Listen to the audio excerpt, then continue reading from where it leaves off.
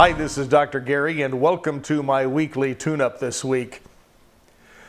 I appreciate all you new people that are on board. And just a footnote for all of you, if at any time you want to share these with someone and you've lost the email that we've sent you, you can always go to YouTube, and the channel is dgtvchannel.com. Every tune-up that I've ever made is there. There's almost 600 of them, or maybe even over that now. And they're there and available for you to take a look at. During the week last week, one of you emailed me and had a really good question. So I'm going to share this with many of you today, and maybe this will help some of you in your communications with other people. Because one of the biggest problems most of us have is being understood because of that weird little thing I call a complex equivalency, which is the makeup of all of our beliefs, our experiences, our life, what we've seen, what we've heard. It all becomes part of us. And each one of us have a different one. And it comes right down to sometimes each one of us don't even understand what the same word actually means. We have an idea, of course, because of English or German or Latin or whatever language we're speaking. However, each word still represents a different representation of what that word means. So if I say flower, something pops into your mind, and it's probably not exactly the same picture that I have. Also, in our language, there's something else built into it called presuppositions. Presuppositions are kind of that invisible barrier that really causes us a lot of problems. I put a lot of emphasis on the words we use, like eliminating the virus words, why, try, need, but, should, don't, and hope. However, there's other things we have to pay attention to. And the presupposition sometimes comes through in our voice tone, our posture, just the way we use our eyes. We have 5 senses for a reason, and the human animal, as in all animals, are designed to use all of them in concert to create meaning for themselves, and primarily create safety.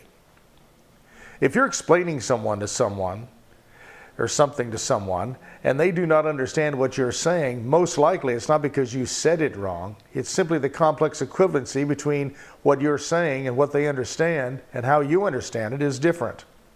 This person last week asked me the question, if you're in a conversation and someone is mad at you and you're attempting to explain what you really meant, and they won't even let you do that because they just keep getting madder the more you talk, what do?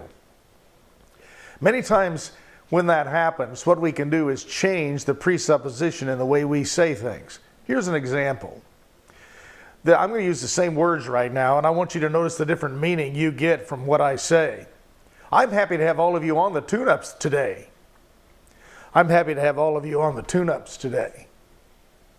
I'm happy to have all of you on the tune-ups today. Do you hear the different meanings in that, even though I use the same words? This is happening all the time to each one of us when we're talking and when we're explaining things. Sometimes the presupposition, just the way we say it, is different than what we actually mean, and we're not even aware of it. Or sometimes we are just doing it because that's what we're feeling inside. However, we're not conveying our feelings truthfully, so it comes out incongruently to the person listening to us.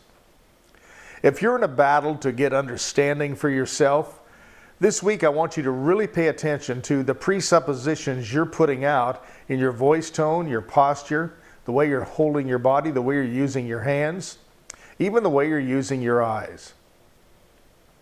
Presuppositions are the language between the language. It's one of the greatest ways to get yourself in trouble. In fact, this is one of the ways people can tell if you're being dishonest without them really even knowing you very well, is just the presuppositions you're putting out. However, sometimes that's inaccurate because their complex equivalency of dishonesty is inaccurate too. So what's the answer to all of this? Take a little bit of time, understand that when we write something, the presupposition sometimes that they're going to get out of what you wrote on a text message or an email is going to be the feeling they're carrying at that moment. And maybe their boss just came in and got mad at them and they're feeling bad or angry, and then they read your text message. That's going to come through in their filters. And that's how they're going to perceive what you just said, as angry. Even though your presupposition was something friendly. I see that happen all the time. Also, one of the things we have to be really, really careful of is delivering our intention first, especially when we're writing things out in an email or a text message. Let people know the spirit of which you're writing the message before you write the message, so they can understand this is the direction you're coming from. And if you're in person, wow, you really got to pay attention to what you say, even though what you say is laced in presuppositions. Facts have shown that only about 7% of the words we use are actually created 100% of the meaning, which means people only hear the words about 7%, but they're watching the presuppositions, the rest of it. So a lot of times your communication is getting you in trouble just because of the presuppositions, not what you said. Deliver your intention, and if you know you're going to have a heated conversation, deliver it first. Deliver it with the attitude and put that body language out, that voice tone that says that. So until next week, I want all of you to work on this. I bet this can help a lot of you. And if somebody's just deciding to stay mad at you and no matter what you do, it just doesn't work, sometimes you have to pick your battles and understand this might be a signal to do this at another time.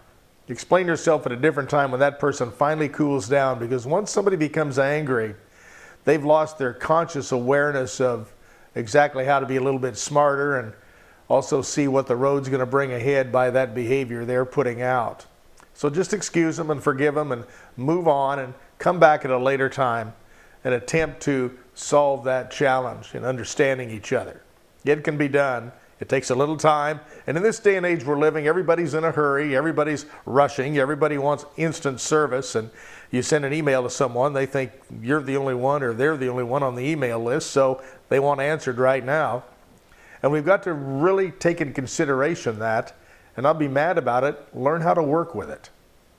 Until next week, again, I appreciate all of you being involved with our tune-ups. And one other thing I want to just mention, that if you know someone that this could help, forward this email to them or show them how to get signed on to the tune-up simply by going to DGTV and let them tune up themselves and let them get signed up themselves, because we want as many people on here as possible. Some of you have wanted to know how come we don't have more viewers on here.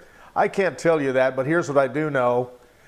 I would appreciate it if all of you could help us just a little bit by forwarding one of these to someone once in a while. That keeps the list growing. That gets more viewers. And then that gives me more feedback where I can continue to do this for you. So until next time, I'm wishing you a great week. And also, remember, Henry Ford once said, if you think you can or you think you can't, either way you're going to be right. And also give yourself permission to enjoy yourself today. We all work way too hard sometimes. Until next time, bye-bye.